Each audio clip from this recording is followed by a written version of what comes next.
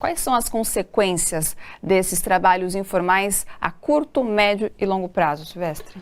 Bom, tem várias consequências, né? A primeira é que, no geral, o conjunto dos trabalhadores informais não tem proteção previdenciária, Sim.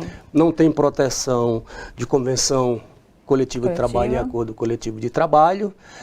Normalmente, o rendimento dessas pessoas é um rendimento menor do que os trabalhadores do chamado mercado formal, ou seja, aqueles que têm toda essa cobertura, e, portanto, isso tem implicações também no próprio crescimento da economia, porque isso implica também em redução do salário, portanto, da renda das famílias, vide o desempenho do PIB recém-divulgado. Então, é um processo que traz muitas consequências para o conjunto dos trabalhadores e, evidentemente, para suas famílias. E que nós vimos foi, por exemplo, um crescimento recorde, né, dos trabalhadores informais, ou seja, mais de 41% Sim. do conjunto dos ocupados são trabalhadores informais, segundo a própria PNAD divulgada, ou seja, da série histórica que começa em 2012. Isso. Bom, no caso, a reforma, né, a lei trabalhista aprovada em 2017, você acredita que ela foi uma alavanca para esse crescimento do trabalho informal, Silvestre? Com certeza. Entre outros, vamos dizer assim, entre outros danos trazidos para os trabalhadores, para os sindicatos, à medida que a reforma trabalhista flexibilizou a nossa legislação do trabalho, a nossa CLT, ela traz essas consequências, tá certo? E acaba, digamos assim, incentivando, né, a precarização do mercado de trabalho.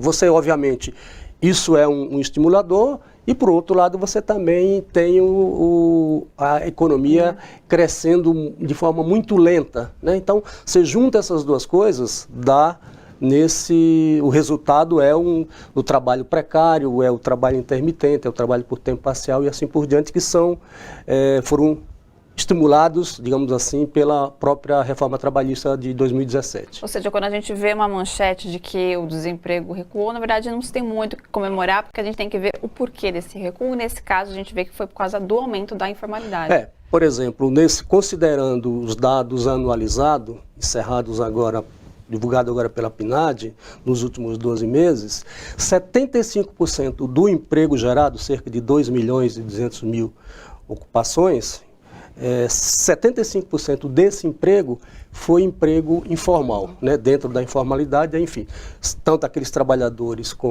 sem carteira de trabalho assinada no setor privado, mas as outras modalidades também de inserção no mercado de trabalho, né? Como trabalho por conta própria, autônomo, auxiliar em família e assim por diante. Perfeito. Silvestre, bom, além do contexto econômico, o avanço da tecnologia, ela também acaba sendo responsável pelo crescimento do trabalho informal?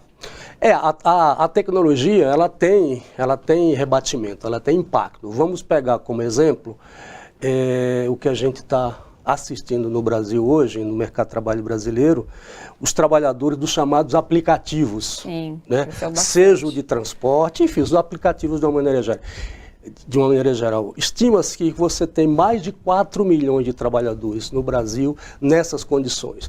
E que também é importante isso, uma luta dos sindicatos para poder estabelecer, do ponto de vista de criar uma legislação que dê algum tipo de proteção para esses trabalhadores, né, que não tem hoje, quer dizer, eles vivem, digamos assim, enfrentam, né, e as notícias são quase que diárias de problemas sérios que esses trabalhadores enfrentam no seu dia a dia.